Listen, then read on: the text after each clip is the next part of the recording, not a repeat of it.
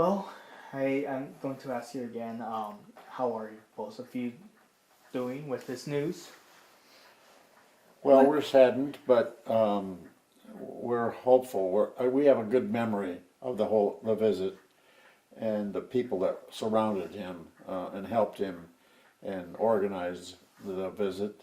So we have a positive view of what happened, and we're saddened that he has, he's gone, and what went with him is a certain humanity that he brought to the presidency and the post-presidency with his travel and his assistance in foreign countries and getting the vote correct in a lot of areas of the world. He was certainly a citizen of the world. I mean, we are extremely sad about losing a man who was, I think, so important. But I guess what we're hoping is this seems like a really good time for us to remember a man who worked so hard for peace and who was such a human being. And I think with his passing, there will be a lot of stories about who he was, and I think right now that's really valuable for us to hear. So I'm feeling positive about that. I think that's a gift that he's giving to us right now. Well, tell me about those that moment when he stayed over here. Well, of course it was pretty shocking to get a call saying, "Would you like to have the president spend the night at your house?" And at first, you think, "Oh, well, that's not going to happen." And then we told that we were chosen, and the people that came in and worked with us before President Carter came were all wonderful people to work with. President Carter was such a human being, humble. He came into our home, and after the photographers and the journalists left, he took off his shoes, took off his tie, and sat down and visited with our two children, and seemed very much at home with us. So it was just like having a new guest in your home that you were just getting to know. He came out to the kitchen and visited me while I was preparing food for him. Talked to me about my old jars that I had on a shelf, and we just chatted about family in Portland and tried to avoid, for the most part, political discussion. Paul, you had a little bit of... Well, he had been traveling as a person who was interested in solar, and we had a solar water heater system on our house, and so he was interested in that, and I told him that we were involved with putting solar panels on other people's homes and promoting that, and he thought that was a great thing that was coming and advocated for it, and so we were happy with that. It seems like, from what I read, that didn't change. Him, visiting someone's house and getting to know people on a personal level, that didn't change even though he became president.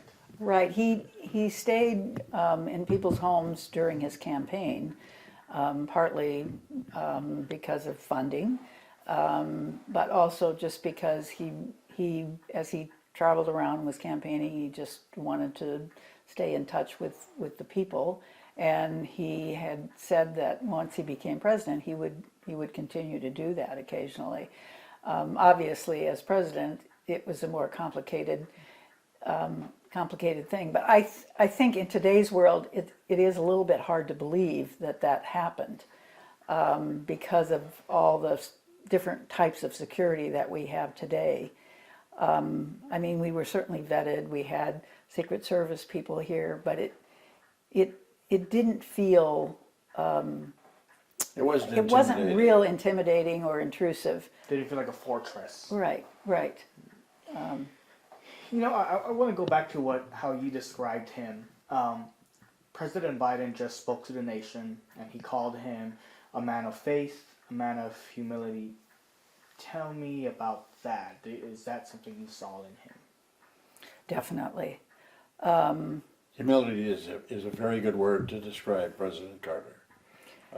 Somebody who could be in charge of immense undertakings and yet be able to apologize if he made a mistake. And that humility was evident throughout his life and throughout his post-president experience, visiting other countries. I mean, while he was in our house, he went upstairs and lay down on our bed and read a bedtime story to our two children while they were jumping around on the bed, and he was just very comfortable doing that. That came very natural to him. That you have children, you pay attention to them, and here's this important man, just reading a simple story. Our daughter chose The Emperor's New Clothes, which was, a little surprising. It was kind of an appropriate book. Anyway, I would, the fact that after he was president, he, and as he retired, he went back to Plains and lived a very simple life. Family was very important to him. His church, his community, those are all things that bring us together, and so he lived his values. Right, he did. Wow. I mean, what do you want people to remember next? I mean, these are this legacy that he has left behind. I'm sure we could all learn from that. Right. I hope especially because I feel that President Trump believes that the United States should be this strong, isolated country, and I think that's completely opposite to what President Carter believed. I think he believed that we really, as a world, we needed to try to work together. And as difficult as that can be, because we have so many different cultures, we have so many different climates, but he felt that for him, I think that was terribly important. And I'm very sad that now it seems like we're moving in a very opposite direction. So I guess with all of these stories about President Carter and what he valued, that we can look at that again and say, wow, that's important. So that's what I'm hoping is going to happen. So the more we hear about him, the better it's going to be. Yes, the more motivated we are to be Right. like him, right? Right. One last thing, I read on OPB's website, they did an article about both of you, and they also mentioned your daughter. Some sort of thing about imagine having someone with the nuclear code in your home just right over here. I mean, it's gotta be, I don't know, was it intimidating? Especially with all those people outside of your house at the time. Well, I think I've said this before. People might have looked at us and said, well, why you? Why not me? But they didn't. What people did was they embraced the fact that we were fortunate enough to have this experience, and people reached out. Can we bring food? Can we take care of your children while you're getting ready? Send us articles from all over the country, and that experience, just the whole 2 or 3 days before President Carter came, everyone was so gracious and so happy that we were having this experience and that Portland was having this experience, that I don't think we never really felt intimidated. No. We were, when the motorcade started down the street, we were, wow, this is really happening. Surreal. And then when President Carter had gone to bed and we were next door in one of our kids' bedrooms sleeping, and I couldn't sleep, I thought, that was the only time I think I really thought, wow, the President of the United States is in our bedroom next door. This is, this is pretty exciting, But intimidated, no, No. no, no, it was just this They wonderful. did everything they could do to make it enjoyable. The staff, President Carter, they were all just gracious. I mean, we kept in contact with, well, we were invited back to the White House, and then we stayed with one of the White House staff members. She invited us to stay with her. But we kept in contact with 3 or 4 of the White House staff for quite a few years afterward. And then, I don't know, life gets busy and that happens. But that was a good experience, yeah. Okay. I mean, I don't want to take too much of your time. It's 5:12 now, but anything else? Well, you know what has been, well, it's always been a wonderful experience, and each of our kids have had different experiences, as well as our daughter, who was 5, and our son, who was 3, and I was pregnant with our 3rd daughter.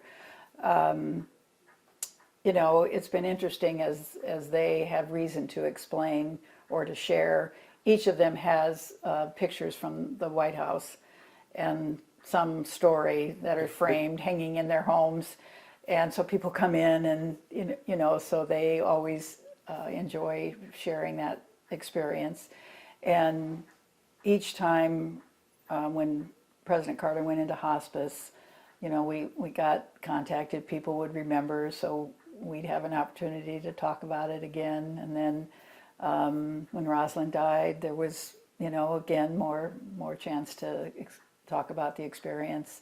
Sometimes people will just come by the house and they'll say, you know, isn't this where President Carter stayed? And so you'll have, you know, this If you were wonderful, working out in the yard. yeah, wonderful experience. I Yeah, would it's an assume- experience you wish everybody would have had.